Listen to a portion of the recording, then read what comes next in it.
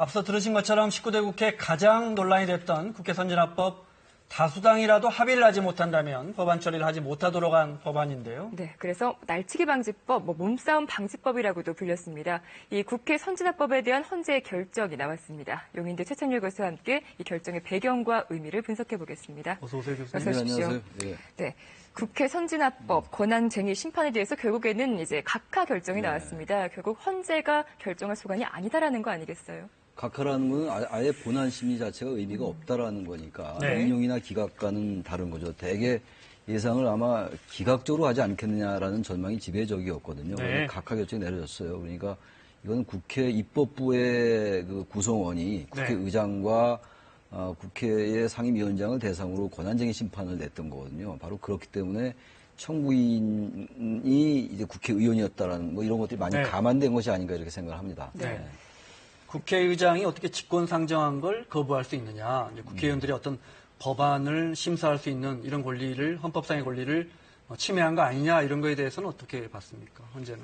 그러니까 권한쟁의 심판이라는 게 의원들의 표결 심의권을 국회의장이 침해했다라고 이제 청구를 한 거거든요. 네. 그러나 그게 의미가 없다라고 본 거죠. 그리고 국회의장은 그러한 것들, 제적의원 과반에 의해서 거부권을 행사 못할 이유가 없다라는 겁니다. 네. 그러니까 의회 민주주의가 존중돼야 되고 의사 절차가 존중돼야 된다라는 그런 의미에서 각하 결정이 내려진 걸로 봐야 됩니다. 국회의원의 입법권을 침해당했거나 침해당할 가능성이 있다고 보기는 아직 좀 어렵다라는 것 어렵다라는 같습니다. 거죠. 예. 자, 국회 선진화법 좀 쉽게 설명을 해주시죠. 지난해 1월에 청구가 된 것인데요. 배경이 뭡니까? 국회 선진화법은 이제 기존 국회에서 워낙 뭐 폭력 국회다, 이렇게 막말 국회다 이런 게 많이 연출이 됐었잖아요. 그래서 국민들이 이런 것들에 대해서 아주 그 혐오를 느끼고 정치 불신이 극에 달하고 이런 상황 속에서 어떤 그러한 것들을 원천적으로 방지하는 차원에서 2012년도 5월 달에 그러니까 18대 국회 마지막 본회의에서 통과된 법안입니다. 그리고 19대 때 적용이 됐던 그런 법안이죠. 여야가 합의해서 통과시킨 여야 거죠? 합의로 했었죠. 네.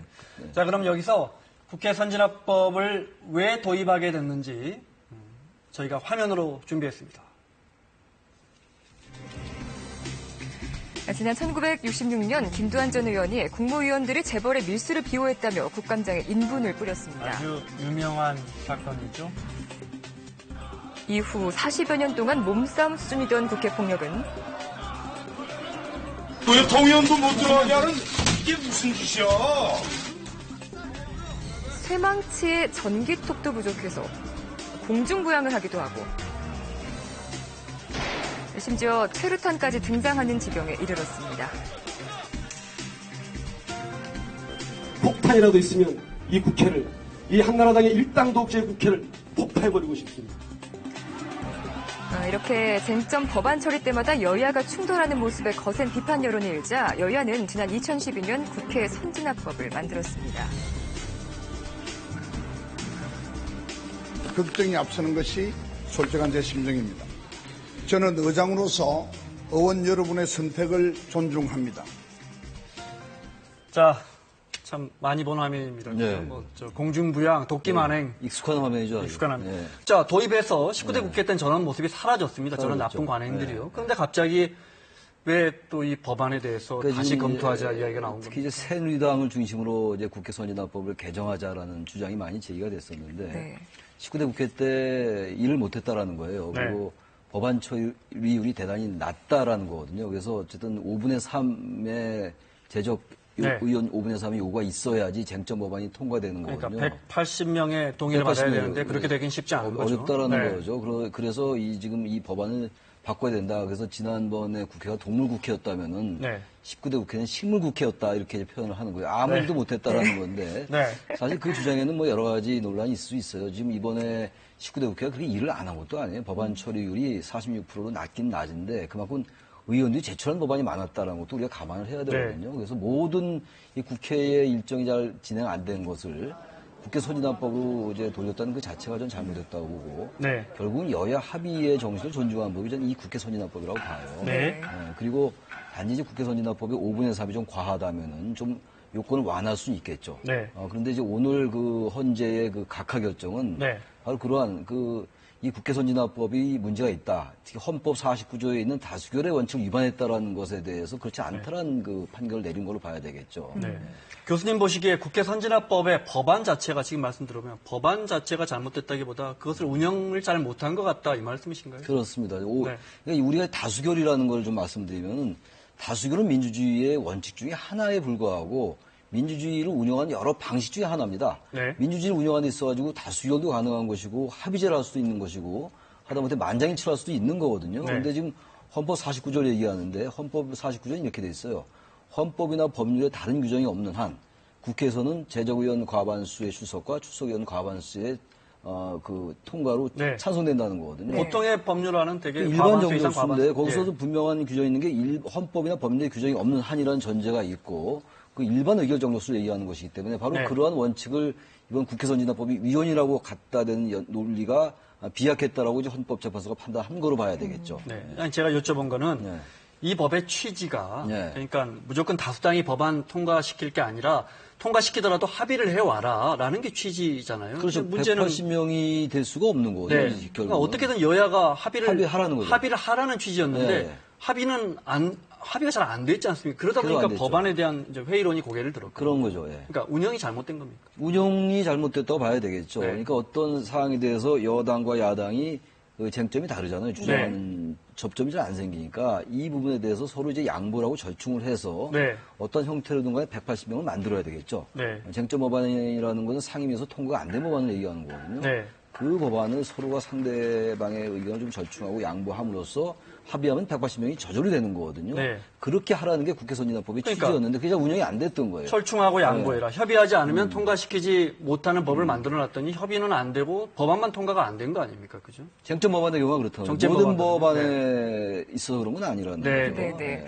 자, 권한쟁의 심판이라는 것이 결국에는 이 법안의 효력을 상실하는 것은 아니고 효력은 그렇죠. 유지가 되되 아무래도 국회의원들의 권리에 있어서 그 규모를 조금 논의해보자는 이런 취지였는데요. 19대 국회와 20대 국회는 분명히 상황이 다를 수 있습니다. 여소야대 상황에서 이게 어느 당에 더 유리할 것인지 앞으로 또 어떤 후속 조치가 필요한지에 대한 논의가 나오겠죠. 글쎄요, 굳이 이제 산술적으로 본다면은 새누리당이 이 국회 선진화법을 개정하자고 그랬었잖아요. 네. 근데 새누리당이 이제 그 당시엔 다수당이었잖아요. 다수당인 상황 속에서 자신들이 주장하는 법안이나 정책이 잘 통과가 안 되니까 네.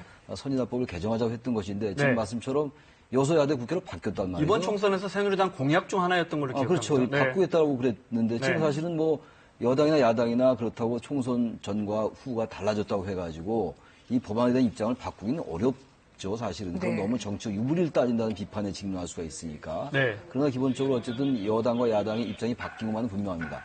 그런데 그럼에도 불구하고 야당의 의석을 다 합쳐도 180석이 어차피 안 돼요. 그러니까 네. 야당이라고 반드시 좋아할 만도 아닌 거예요. 굳이 이제 정치적인 계산을 한다면 말이죠. 그래서 네. 결국은 선진화법에서 정말 여야가 이 부분만 좀 고쳐야 되겠다, 완화해야 되겠다라는 것이 있으면 바꿀 수 있는 것이고, 그러니까 오늘 각하 결정이 내려진 것과 국회 선진화법을 전혀 개정하지 말라는 것과는 전혀 무관한 얘기입니다. 네. 예.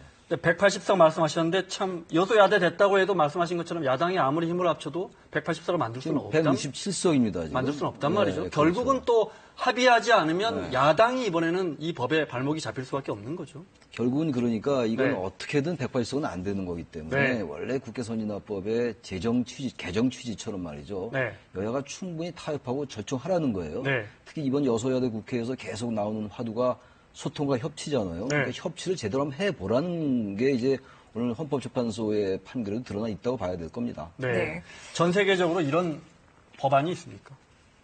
글쎄요, 제가 뭐 다른 나라 입법례를 다 확인하지 못했습니다만 네. 다른 나라에는 뭐 상임위원회를 이렇게 통과하지 3분의 않고 2씩, 5분의 3씩 이렇게 동의를 받아야 되나? 직권상정을 하는 경우가 많이 있어요. 네. 근데 우리나라의 경우가 이제 특수한 경우라고 볼 수 있습니다. 그만큼 네. 우리나라 국회가 아까 화면에서 보신 것처럼 상당히 그 어떤 머리 숫자, 의원들 숫자를 이용해서 이제 과반 이상으로 밀어붙이는 이런 폐단이 많았다라는 것을 반증하는 걸로 봐야 되겠죠. 그러면 20대 국회에서 국회 선진화법에 여야가 서로 혹시 개정할 가능성도 있습니까? 저는 가능성이 있다고 봅니다. 네. 왜냐하면은 이 기본적인 취지에는 여야가 동의를 합니다만 네. 제가 아까 말씀드렸다시피 5분의 3이라는 그 숫자가 문제가 아니라 직권상정 요건 같은 것들을 완화할 수 있을 것 같아요. 이번 올해 1월 달인가요?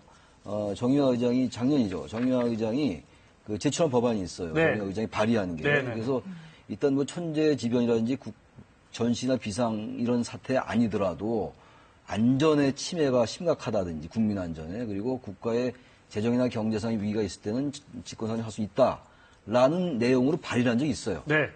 근데 이제 그것이 결국 뭐 국회에서 논의가 안 됐죠. 그렇기 네. 때문에 이번 위헌 권한쟁의 심판에서의 각하와는 관계없이 여야가 어느 선에서 국회 선진화법에 대해서 개정을 할 가능성이 저는 있다고 봅니다. 알겠습니다. 시간 때문에 간단하게 하나만 더 여쭤보겠습니다. 네. 반기문 총장 방한 중인데요. 어제 사실 대선 출마 상당히 출마 시사했다 이런 평가가 많습니다. 어떻게 보십니까? 저는 뭐 사실상 외교관으로서의 그 정도 수위의 발언은 사실상의 대권 출마를 강력히 표명한 게 아닌가 이렇게 생각을 합니다. 네, 알겠습니다. 자, 명인대 최창렬 교수와 함께했습니다. 고맙습니다. 그렇습니다. 자, 올해 37살의 정기화 경위 일주일 전에 음주 단속을 하다 달아나는 차에 치여서 어제 결국 숨졌습니다. 정경위는 다음 날 경위 승진식을 앞두고 있었고요. 또 아내는 다음 달 출산 예정이었다고 합니다. 참고로 지난해 음주운전으로 숨진 사람은 583명입니다. 뉴스 집중 마치겠습니다. 고맙습니다.